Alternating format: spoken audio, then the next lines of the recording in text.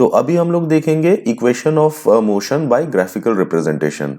तो तीन equation of motion है जिसके अंदर पहला अभी हम लोग देखेंगे that is v is equal to u plus a t. तो ये कहाँ से आया ग्राफिकली।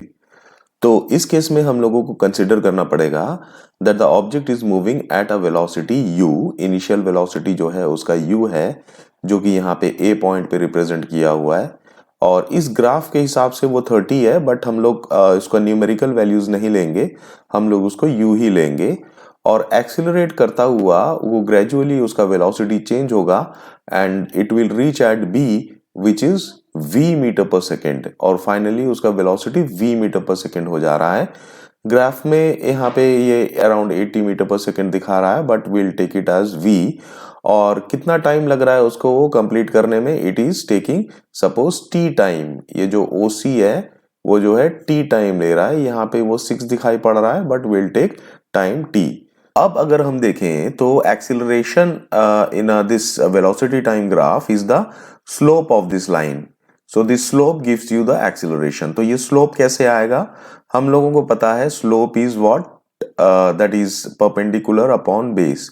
तो परपेंडिकुलर अपॉन बेस करने से हम लोगों को स्लोप मिल जाता है। So what is the perpendicular, that is the BD of this triangle ABD and what is the base, base is AD।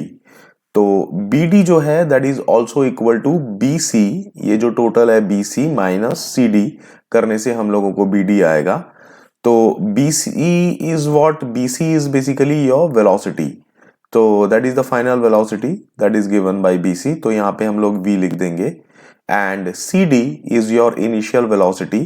तो यहाँ पे हम लोग U लिख देंगे और AD जो है वो है हमारा टाइम, जो यहाँ से लेके यहाँ तक जिस टाइम तक वो एक्सिलरेट किया है दैट इज t।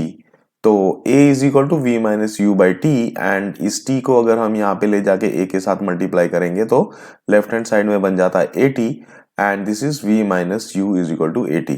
और u को अगर हम इधर को ले जाएंगे तो u plus at is equal to v। तो ये हमारा प्रूव हो गया first equation of motion graphically. तो अब सेकेंड इक्वेशन ऑफ मोशन को अगर हम ग्राफिकली रिप्रेजेंट करते हैं, इस केस में हम लोगों को कंसिडर करना पड़ेगा that the object is moving, initial velocity जो है उसका u है और एक्सिलरेट करता हुआ वो ग्रेजुअली उसका वेलोसिटी चेंज होगा and it will reach at b which is v metre per second.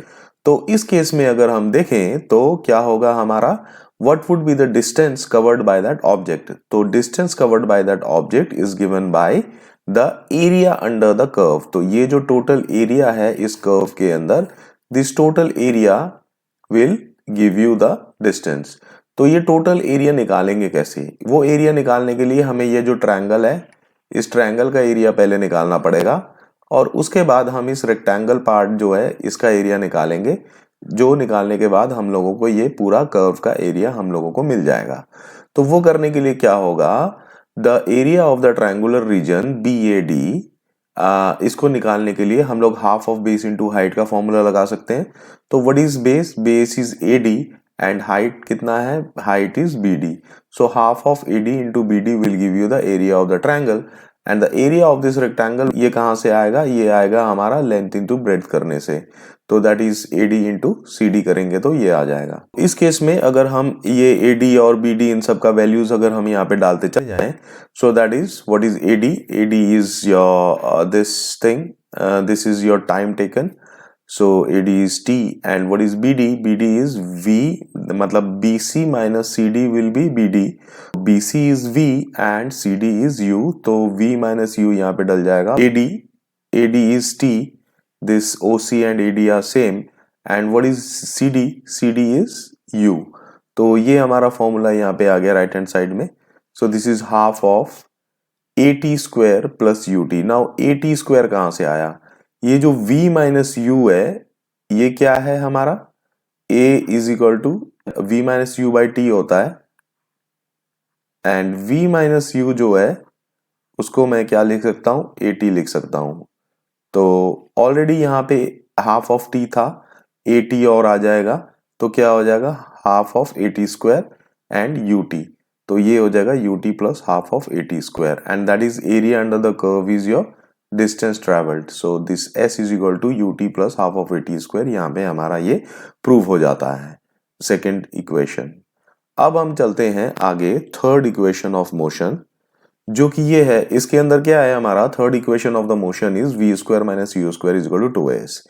तो इसके अंदर भी हम वही ग्राफ ले रहे हैं, वही एक्सीलरेशन ले रहे हैं उसी ऑब्जेक्ट का, लेकिन इसके अंदर क्या होगा, distance travelled by that object will be equal to the area under the curve. यहां तक सेम रहेगा, लेकिन जो एरिया हम निकालेंगे इसके अंदर, वो हम निकालेंगे एरिया ऑफ दिस ट्रेपीजियम। तो O A B C, rather than जो पिछले टाइम पे हमने किया था, अलग अलग हमने ट्रायंगल का एरिया निकाला था और रेक्टेंगल का एरिया निकाला था। तो इसके अंदर हम लोग क्या करेंगे, हम लोग टोटल ट्रेपीजियम का एरिया ही एक बार में निकालेंगे।